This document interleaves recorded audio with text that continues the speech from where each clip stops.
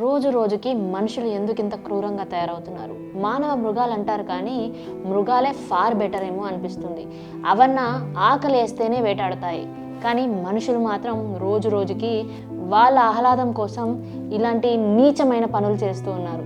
అసలు ఏం జరిగిందంటే, యూపీలో ఒక చిన్న పాప, 5 సంవత్సరాలు ఉన్న పాప రోడ్డుపై ఆడుకుంటూ ఉండగా కొందరు దుర్మార్గులు తనని కిడ్నాప్ చేసి దారుణంగా సామూహిక బలాత్కారానికి పాల్పడ్డారు. అసలు ఈ నీచులకి ఆ చిన్న పాపలో ఏం కనిపించి ఉంటుంది? ఇలాంటి వాళ్ళని చెప్పుతో కొడుతూ రోడ్డు మీద అడ్డంగా నరికేయాలి. అసలు వావి వరుసలు లేకుండా చిన్న పెద్ద తేడా చూడకుండా ఇలాంటి నీచమైన పని చేసింది కాక మళ్ళీ ఎందుకు చేశారా అని అడిగితే జస్ట్ ఫర్ ఫన్ అన్నారంట. ఇలాంటి నీచులని, దుర్మార్గులని, ఇలాంటి క్రూర ముగాలని ఏం చేసినా తప్పులేదు.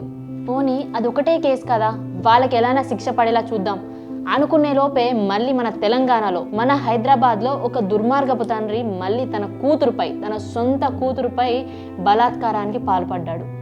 అరే, అసలు ఇలాంటి వాళ్ళు ఎక్కడి నుంచి వస్తున్నారు? వీళ్ళకి కూడా వావి వరుసలు లేవా? ఎంత చదువుకోకపోతే మాత్రం బుద్ధి లేదా? వాళ్ళ ఇంట్లో ఇవే చూస్తూ ఉన్నారా ఏంటి? ఇలాంటి నీచులని రోడ్డుపై చెప్పులతో కొడుతూ చంపినా సరిపోదేమో. వీళ్ళకి నరకంలో కూడా ఎలాంటి ప్లేస్ ఉండదు. అయినా సొంత కూతురిపై ఇలాంటి పని చేయాలని ఎలా అనిపించుంటుంది? ఇది ఒక్కటే కాదు, ఇంకొక కేసు, లాడ్జ్లో ఒక మైనర్ అమ్మాయిని గ్యాంగ్ రేప్ చేసి ఇలాగే చంపేశారు. అసలు ఇవన్నీ చూస్తూ ఉంటే ఇంకెప్పుడు సమాజం మారుతూ ఉంటది? ఇంకా ఆడవాళ్ళకి సేఫ్టీ ఎక్కడుంది? గవర్నమెంట్ వచ్చే ముందు ఉమెన్ సేఫ్టీయే మాకు ప్రాముఖ్యం, ఇలాంటి సిచ్యువేషన్స్ వస్తే మేము చూసుకుంటాము అన్న ధైర్యం ఇవ్వకుండా, ఎలాంటి స్టాండ్ తీసుకోకుండా ఇలాంటి వాటిపై జోకులు వేస్తున్నాడు మన కర్ణాటక అసెంబ్లీ స్పీకర్. అంత పెద్ద సభలో కూర్చొని రేపైతే ఏమైంది, పడుకొని ఎంజాయ్ చేయండి అంట. అసలు వాడికి ఎంతవరకు బుద్ధి ఉంది? వాడు వీడు అనొద్దు, తప్పే ఉండొచ్చు, కానీ ఇది కరెక్టా? ఇలాంటి వాటిని ఇంకెలా సంబోధించాలి?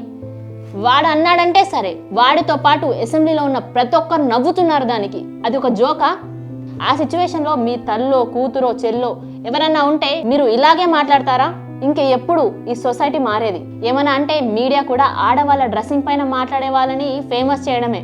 ఇలాంటి వాటిపై అసలు వాయిస్ రేస్ చేయడం కూడా తెలియదు. పోనీ ఆడవాళ్ళ డ్రెస్సింగే అనుకుందాం, చిన్న పెద్ద వావి వరుసలు లేని వెదవలే అనుకుందాం. కానీ ఇంకా నీచం ఏంటంటే, గోడల పైన ఉన్న బొమ్మలను కూడా వదలట్లేదు ఈ దుర్మార్గులు. పోనీ ఆ బొమ్మల్లో ఏమైనా వల్గారిటీ ఉందా అంటే అది లేదు. అవి జస్ట్ యోగా పోజెస్, అవి కలర్ఫుల్గా కూడా లేవు అట్లీస్ట్.